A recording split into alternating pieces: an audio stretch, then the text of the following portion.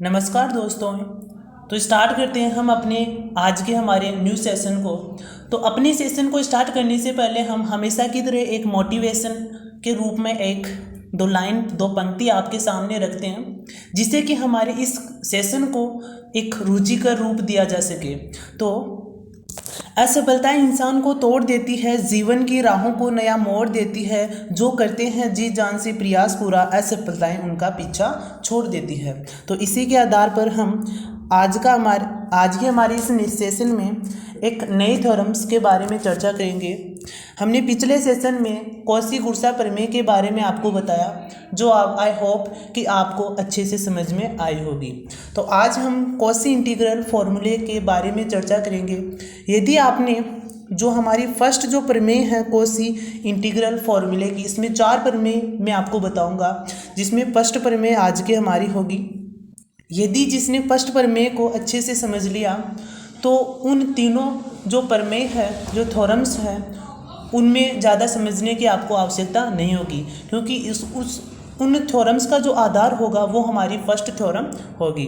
तो हमारी जो थ्योरम है फर्स्ट कॉची इंटीग्रल फॉर्मूले की कि फलन एफ जेड कंटूर समवर्त, कंटूर कौन सा लेंगे हम? समवर्त।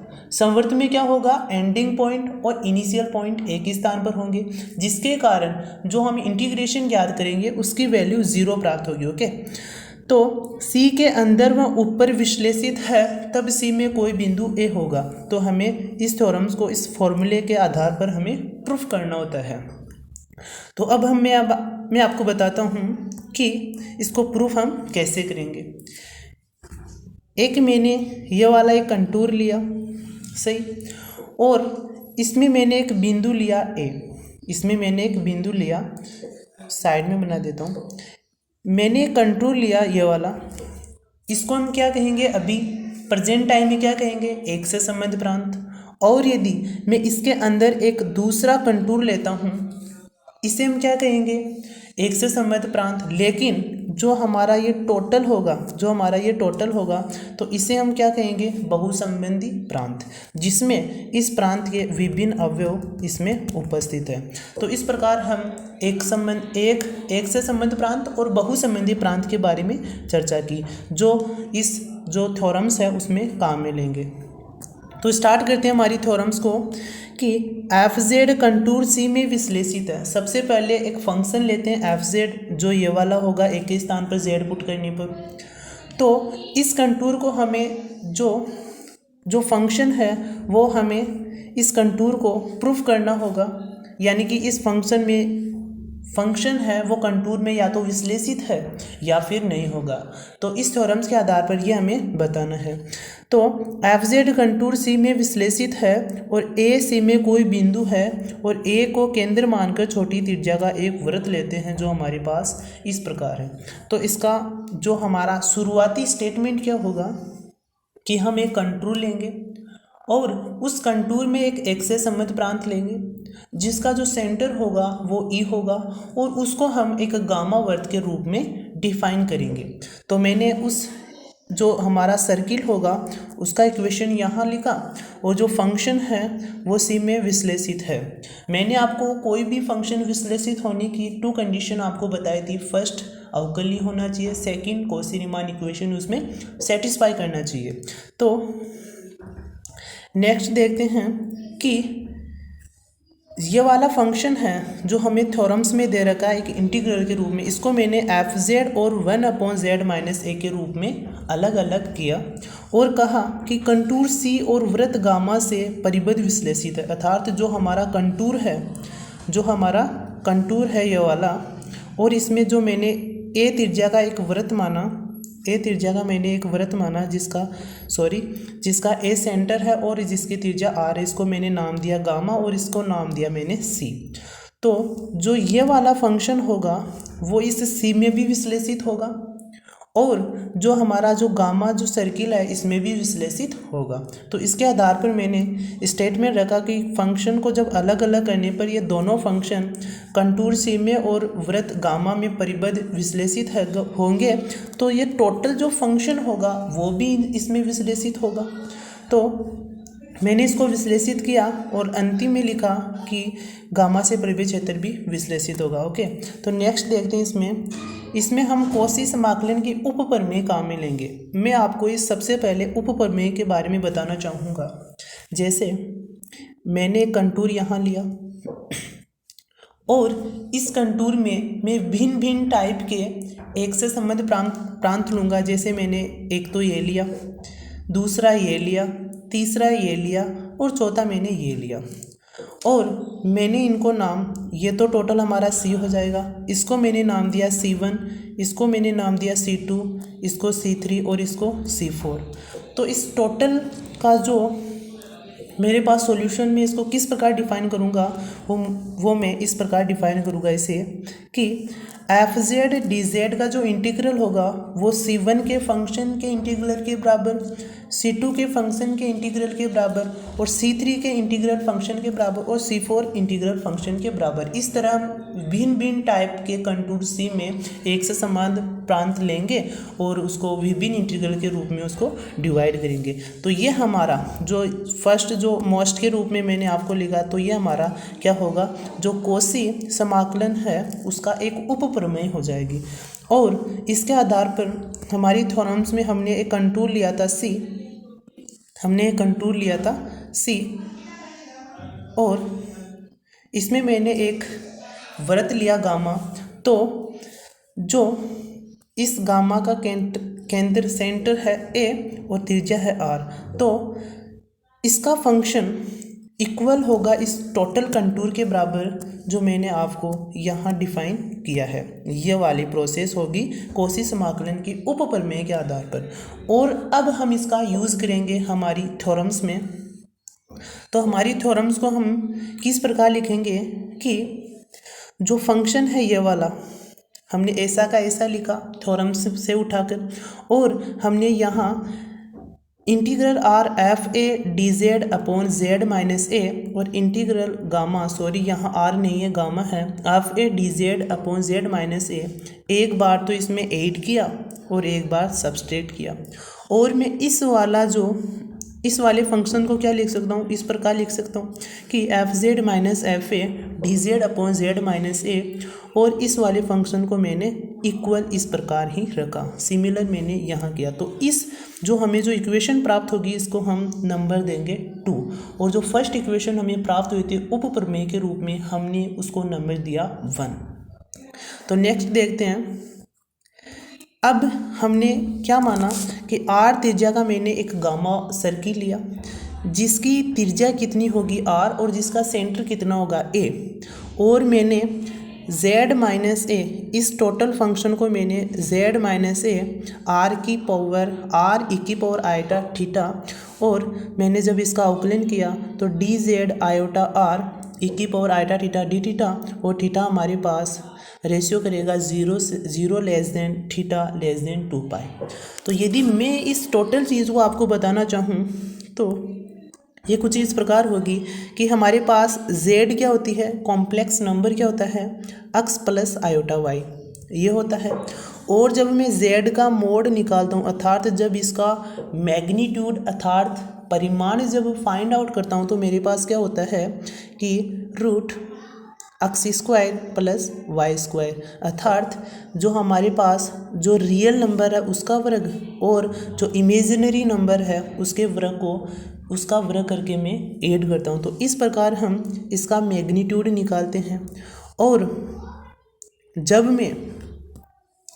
मैं हमारे complex number x z equal to x plus iota y को इसको जब पोलर फॉर्म में लिखता हूँ तो मेरे पास हमें पता है कि पोलर फॉर्म इसकी क्या होती है, r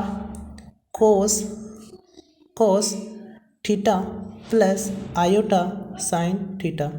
और आयोलर प्रमेय के अनुसार मैं इस टोटल जो वैल्यू है इसको मैं क्या लिख सकता हूँ, e की पावर आयोटा थीटा, अर्थात e की पावर आयोटा थीटा किसके बराबर होता है, कोस theta plus iota sine theta के इक्वल होता है। तो अब मैं z इक्वल टू मेरे पास क्या होती है, r e की पावर आयोटा थीटा। तो ये हमारे पास एक फॉर्मूला प्राप्त हुआ और हमें तो क्या करना है, इस पोलर फॉर्म को जानना है कि डी यानी कि z minus A equal to r e की पावर आइटा टी कैसे आया। तो अब यदि मैं z equal to x plus iota y लेता हूँ, सही, और इसका जब मैं मॉड निकालता हूँ तो मेरे पास क्या आता है, सॉरी, इसको मैंने क्या लिखा कि z equal to x plus iota y, सही, आयोटा वाई। अब मैं z को पोलर फॉर्म में क्या लिखता हूँ कि r cos theta plus iota sine theta, सही, cos theta iota sine theta.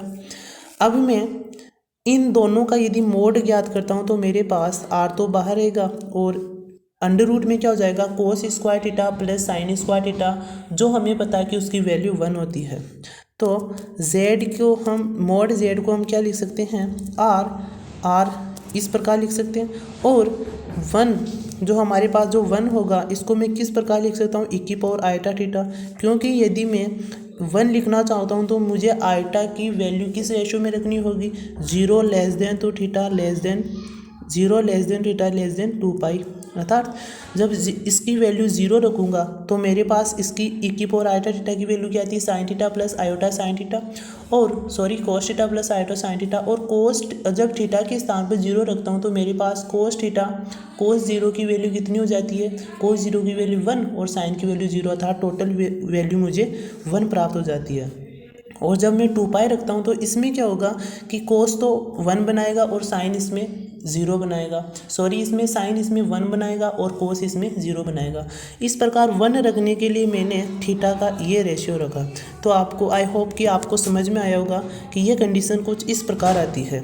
अब मैं क्या करता हूँ कि जो z minus A equal to r e की पावर आइटा थीटा है, तो इसका जब मैं अवकलन करता हूँ तो मुझे dz प्राप्त हो जाता है। अब मैंने क्या क्या ज्ञात किया, इसमें मैंने fz की वैल्यू ज्ञात की और मैंने dz की वैल्यू ज्ञात की, और इन्हीं दो वैल्यू की हमें आवश्यकता थी। अब मैं इस वाले फंक्शन में यदि इनकी वैल्यू रखता हूँ, fz की वैल्यू कितनी है, fz की मेरे पास वैल्यू है r ई की पावर आइटा थीटा, dz की वैल्यू कितनी है आयोटा r ई की पावर आइटा थीटा, और z माइनस ए की वैल्यू कितनी है r ई की पावर आइटा थीटा। जब कैंसिल करता हूँ तो मेरे पास ये वैल्यू प्राप्त हो जाती है। अब इक्वेशन 2 हमारी कौन सी थी, इक्वेशन 2 हमारी थी, इक्वेशन 2 से वैल्यू रखने पर, इक्वेशन 2 हमने उप प्रमेय से जो इक्वेशन बनाई थी वो थी।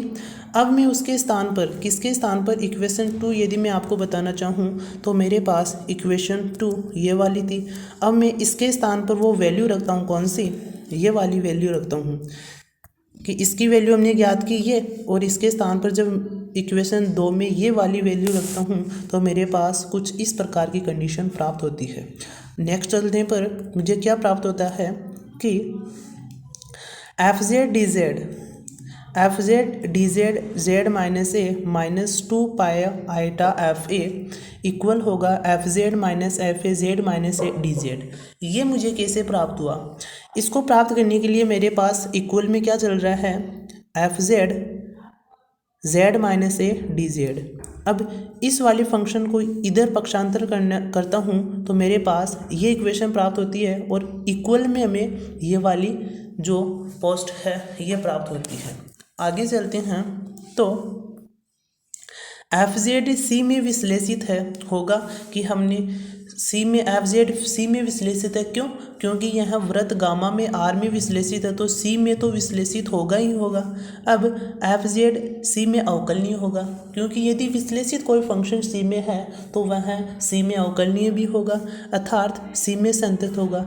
तो हमने विश्लेषित के आधार पर हमने किस प्रोसेस पर आ गए, हम संतत कंटिन्यूटी की प्रोसेस पर आ गए। कंटिन्यूटी की हमारी डेफिनेशन क्या होती है कि एफ जेड माइनस एफ ए का मोड लेस देन एप्सिलॉन होना चाहिए। कब होगा, जब जेड माइनस ए हमेशा लेस देन होगा डेल से। डेल हमने एक स्वैच्छिक राशि मानी। अब मैं आगे चलता हूँ तो मैंने आपको ये डेफिनेशन मैंने आपको अभी भी बताई संतत वाली। अब मैं इसमें क्या करता हूँ कि डी जेड और डी जेड से मल्टीप्लाई करता हूँ तो मेरे पास ये क्या होता है, इसके डिवाइड में आ जाता है और ये हमें पास अवकलनीयता की प्रॉपर्टी हो जाती है, अवकलनीयता की प्रॉपर्टी हो जाती है। और डी जेड का मतलब ये है कि हमें इस पूरे का इंटीग्रेशन करना है, तो इसकी परिधि कितनी हो जाएगी, 2 पाई आर, अर्थात जब इसकी मैं त्रिज्या आर लेता हूँ तो मेरे पास जो D Z mod of D Z है उसकी वैल्यू 2 पाई आर मुझे प्राप्त हो जाती है। और मैं इसको किस प्रकार डिफाइन कर सकता हूँ, इसको ई के रूप में, और नीचे जो प्राप्त है z माइनस ए, इसकी वैल्यू हमें पता है कितनी होती है, अभी मैंने सर्किल में लिया है इसकी वैल्यू r, तो r से r कैंसिल, और जब e अग्रसर होगा 0 की ओर तब मुझे इसकी टोटल वैल्यू, जो ये वाला फंक्शन है उसकी टोटल वैल्यू मुझे क्या प्राप्त हो जाती है, 0। अब मैं इस वैल्यू जो हमारे पास जो ये इक्वेशन है इसको जब 0 के बराबर रखता हूँ तो 2 पाई आयोटा एफ ए के बराबर, और यहाँ से जब एफ ए निकालता हूँ तो मेरे पास थ्योरम्स के अकॉर्डिंग फॉर्मूला मिल जाता है, जो कुछ इस प्रकार है कि ये प्रोसेस होती है कि ये 0 से कम, अर्थात मैंने 0 माना, 2 पाई आयोटा इधर गया और यहाँ से मैंने एफ ए की वैल्यू निकाली। तो ये हमारी इस प्रकार थ्योरम कंप्लीट होती है। और मैंने यहाँ उपप्रमेय के आधार पर लगाया कि जो संवर्त होगा तो सी और गामा इक्वल होंगे। तो यहाँ मैंने इस थ्योरम्स को कंप्लीट किया। और अगली हमारी जो नेक्स्ट थ्योरम होगी वो कुछ ये वाली है। फर्स्ट यदि आपको समझ में आई हुई है तो इस थ्योरम्स में ज़्यादा कुछ करने की आवश्यकता नहीं है, उसमें ओनली फॉर उपप्रमेय लगाने की आवश्यकता है और टोटल जो थ्योरम्स है वो अपने आप सॉल्यूशन हो जाती है। देखते हैं कि यदि फलन एफ जेड कंटूर सी तथा C1 से परिबद्ध क्षेत्र से विश्लेषित है तब परिबद्ध क्षेत्र में कोई बिंदु होगा, तो हमें यह फॉर्मूला डिफाइन करना है, right. F is equal to 1/2 pi iota integration F Z D Z upon Z minus A minus 1/2 pi iota integration C1 F Z D Z Z minus A. तो इसमें हमने क्या किया कि एक कंटूर लिया, ये वाला कंटूर मैंने सी लिया, इसमें एक तो पहले वाला सर्किल जिसकी त्रिज्या ए और हमने गामा लिया था। अब इसमें एक अदर सर्किल लेते हैं कि जिस सर्किल का हम नाम देते हैं C1, और उसमें एक बिंदु रहेगा any1 कोई सा भी। तो देखते हैं कि फर्स्ट थ्योरम्स के अनुसार ही यह स्टेटमेंट होगा कि ए को केंद्र मानकर छोटी त्रिज्या आर का वृत्त गामा खींचते हैं, जिसका इक्वेशन ये हो जाएगा, सही। एफ जेड एक फंक्शन है, कैसे मैंने इसको अलग अलग डिवाइड किया फर्स्ट थ्योरम्स के अकॉर्डिंग, और 1/z माइनस ए कंटूर C तथा C1 वृत्त R से परिबद्ध क्षेत्र में विश्लेषित है। फर्स्ट थ्योरम्स में हमने क्या किया कि हमारा जो फंक्शन एफ जेड और 1/f(z माइनस ए किस में विश्लेषित था, हमारे पास दो में विश्लेषित था। किस में, एक तो सी में और एक गामा में। लेकिन जो हमारी सेकंड थ्योरम्स होगी उसमें फंक्शन किस में विश्लेषित होगा, इसमें कंटूर सी में विश्लेषित होगा, गामा वर्त आर में और C1 वर्त तीनों में इसमें विश्लेषित होगा। तो मैंने इसको विश्लेषित किया, यदि ये दोनों विश्लेषित है तो हमारा जो फंक्शन होगा वो भी इसमें विश्लेषित होगा। और अब हम कॉची समाकलन प्रमेय की उप प्रमेय लगाते हैं, जो मैंने आपको अच्छी तरह से बता दी है कि इंटीग्रेशन जब संवर्त होगा F Z D Z upon Z minus ए इक्वल बराबर किसके होगा, फर्स्ट वाले सर्किल के बराबर और सेकंड वाले सर्किल के एड के बराबर होगा। अब कॉची समाकलन सूत्र से कि कॉची समाकलन सूत्र यानी कि फर्स्ट थ्योरम्स हमें यही तो प्राप्त हुई थी, और इससे हम किसकी वैल्यू निकाल सकते हैं, इसकी वैल्यू निकाल सकते हैं। किसकी वैल्यू, इसकी वैल्यू। और इसके स्थान पर हम क्या लिखेंगे, 2 पाई आयोटा एफ ए यहाँ पुट करेंगे। तो देखते हैं नेक्स्ट में कि मैंने F Z D Z Cauchy जब थ्योरम्स लगाए तो मेरे पास दो इक्वेशन प्राप्त हुई। फर्स्ट वाली जो सेकंड वाली इक्वेशन थी उसमें मैंने फर्स्ट थ्योरम्स के according 2 pi iota F A यहाँ से पुट किया। अभी मैं क्या करता हूँ कि इस टोटल फॉर्मूले में से एफ ए की वैल्यू ज्ञात करता हूँ। तो मेरे पास इसको पक्षांतर करने पर ये माइनस के रूप में इधर चला जाएगा, और इसमें क्या होगा कि 2 पाई आयोटा है जो इन दोनों से मल्टीप्लाई होगा तो हमें एफ जेड की वैल्यू ये प्राप्त हो जाती है। तो हमने जो समाकलन प्रमेय है अर्थात जो कोसी फॉर्मूला इंटीग्रल फार्मूला है उसकी हमने फर्स्ट थ्योरम्स क्या ध्यान में रखी कि हमने एक कंटूर लिया और इसमें एक वर्त लिया, एक फलन है जो इन दोनों में क्या है विश्लेषित है। इसके आधार पर हमने फर्स्ट थ्योरम्स को कंप्लीट किया और सेकंड थ्योरम में हमने क्या किया कि मैंने एक बड़ा कंटूर लिया और इसमें 2 वर्त लिए, एक तो गामा वर्त आर और एक मैंने C1, और मैंने जो फंक्शन लिया इसमें वो तीनों में विश्लेषित है। तीनों में कौन कौन से में, कंटूर सी में, वर्त गामा में और सी में। अब जो हमारी नेक्स्ट थ्योरम होगी उसमें हम क्या लेंगे, 3 कंटूर लेंगे, एक कंटूर उसमें 3 एक्स प्रदेश, इस प्रकार एन लेते जाएंगे और हमारे पास जो कोसी इंटीग्रल फार्मूला है वो एन पदों तक हमें प्राप्त हो जाएगा। तो नेक्स्ट थ्योरम जो हमें शेष बची है 2 थ्योरम्स वो हम नेक्स्ट सेशन में स्टार्ट करेंगे। तो आई होप कि ये जो थ्योरम्स है आपको अच्छी तरह से समझ में आई होगी। तो यदि वीडियो अच्छा लगा तो इसे लाइक एंड सब्सक्राइब करना। Okay, thank you, take care.